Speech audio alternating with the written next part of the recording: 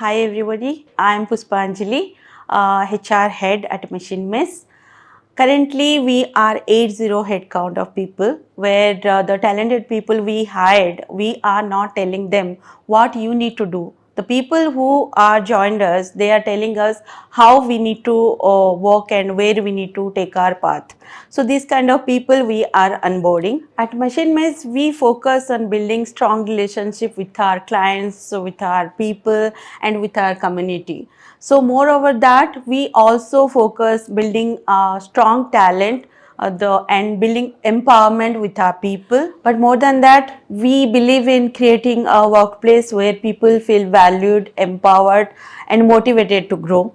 So that's it. That's all from my end, and I'm glad to be part of this journey. Thank you everybody.